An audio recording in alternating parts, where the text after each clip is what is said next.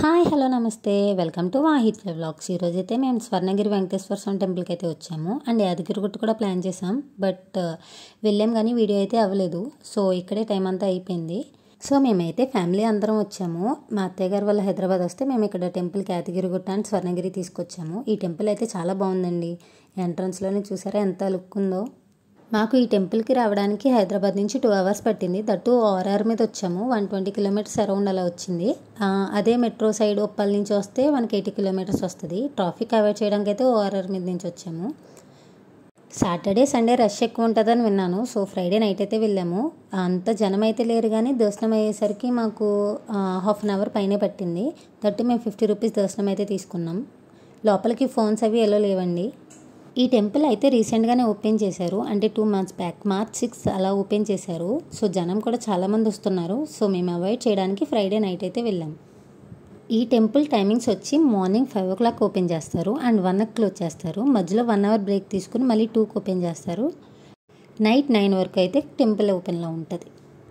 మీరు ఎప్పుడైనా స్వర్ణగిరి వెంకటేశ్వర స్వామి టెంపుల్కి వచ్చినప్పుడు Yadagirigutta and Bhuvanagiri fort plan చేసుకుని వస్తే 3 కవర్ చేసుకుని వెళ్ళిపోవచ్చు.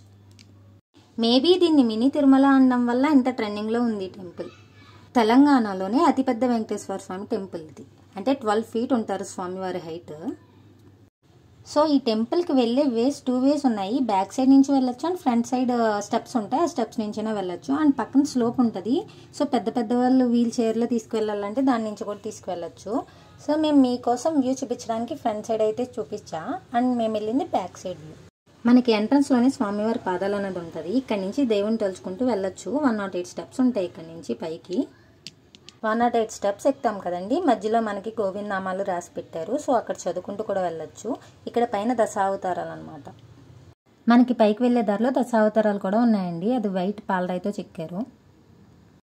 ఈ టెంపుల్ని ఆల్మోస్ట్ తిరుపతి రేంజ్లో అయితే డెవలప్ చేశారు. చూడడానికి 2 కళ్ళు కూడా సరిపోవట్లేదండి. ఈ టెంపుల్ని వీక్ డేస్లో అయితే ఆల్మోస్ట్ 80,000 people అయితే విజిట్ చేస్తున్నారంట. అండ్ వీకెండ్స్లో అయితే చెప్పుకోనక్కర్లేదు 1 lakh people అయితే వస్తున్నారు.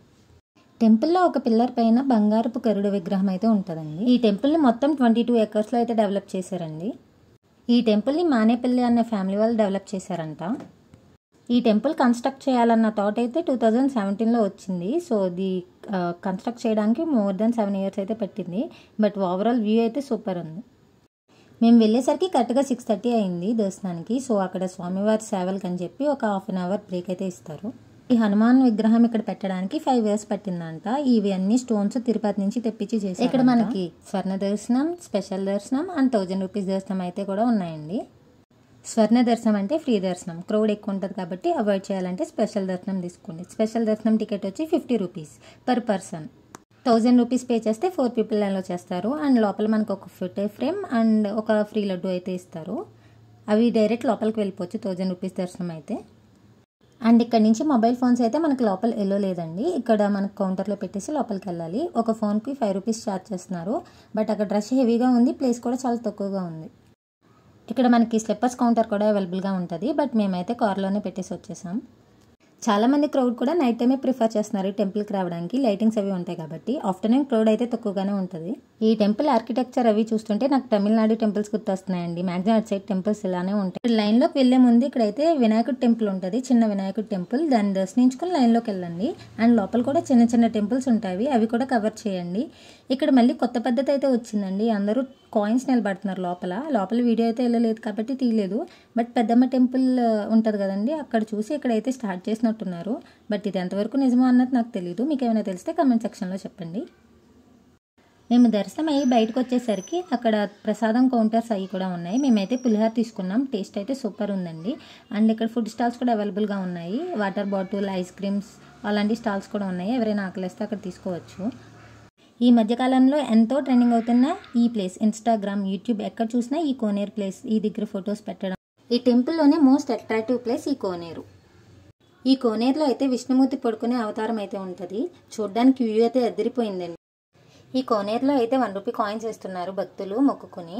అండ్ దీంట్లో తాబేలు కూడా ఉందండి. ఒక ఆవిడ చెప్పింది కదా దీంట్లో తాబేలుని వదిలేసా అని చెప్పి. మేము చూసాం, అది దీంట్లో ఉంది. మీరు సరిగ్గా అబ్జర్వ్ చేస్తే ఈ వీడియోలో మీకు దొరుకుద్ది.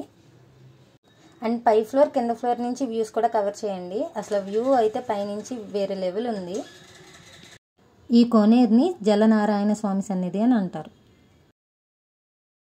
ఇక్కడున్న హనుమాన్ విగ్రహం అయితే ఈ ప్రపంచంలో ఎక్కడా లేనట్టు ఇక్కడ డిజైన్ చేశారండి. పిల్లలు ఆనందంగా ఉన్నప్పుడు ఎలా ఉంటారో ఆ పోజులో అయితే ఉంటారంట. హనుమాన్ విగ్రహం పక్కనే గంట అయితే ఉంటుంది. ఇది జై గంట మండపం అని అంటారు. ఈ గంట ఒక బరువు అయితే 17 కేజీలు అయితే ఉంటుంది. మొత్తం కంచితో చేయబడిన గంట. దీన్ని ఒక్కసారి మోగిస్తే దాదాపు దాని సౌండ్ 2 మినిట్స్ వరకు ఉంటుందంట. బట్ అక్కడ జనం ఎవరు గ్యాప్ ఇవ్వట్లేదు. మనం కొట్టిన వెంటనే వేరే ఒకళ్ళు రావడం ఇంకా అవ్వట్లేదు. ఆ గంట అనేది తాకితే 2 మినిట్స్ వరకు దాదాపు దాని వైబ్రేషన్ అన్నది మనం ఫీల్ అవ్వచ్చు అంట. అది ఇండియాలోనే లార్జెస్ట్ సెకండ్ గంట. ఫస్ట్ అయోధ్య రామ మందిరంలో ఉంటుందంట. సెకండ్ అయితే ఇక్కడ. ఈ కోనేరుకి 4 వైపులా 4 చిన్న మందిరాలు అయితే ఉంటుంది. అవి 4 వేదాలకి నిదర్శనం అంట. ప్రపంచంలోనే సెకండ్ జలనారాయణ స్వామి విగ్రహం అని చెప్తున్నారు. అండ్ ఫస్ట్ది వచ్చి నేపాల్లో ఉంటుందంట. ఇదైతే బయటకు వచ్చే వే. ఇక్కడ పైకైనా వెళ్ళొచ్చు, కింద నుంచైనా వెళ్ళొచ్చు ఆ విష్ణుమూర్తిని దర్శించుకోవడానికి. ఈ టెంపుల్ మొత్తం కవర్ చేయడానికి మాకైతే 1.5 అవర్ టైం పట్టింది. హాఫ్ అన్ అవర్ అయితే బ్రేక్ దర్శనం అయిపోయింది కదా, సేవ కోసం ఆపేశారు. అండ్ ఈ మొత్తం విజువల్స్ అన్ని కవర్ చేయడానికి, వీడియో తీయడానికి కలిపి నాకు ఆల్మోస్ట్ 1.5 అవర్ అయితే టైం పట్టింది. మేము టెంపుల్ నుంచి బయటకు వచ్చేసరికి అయితే 8:30 అయింది. That's it for today's vlog. Thanks for watching. Please like, share and subscribe to Vahitya Vlogs.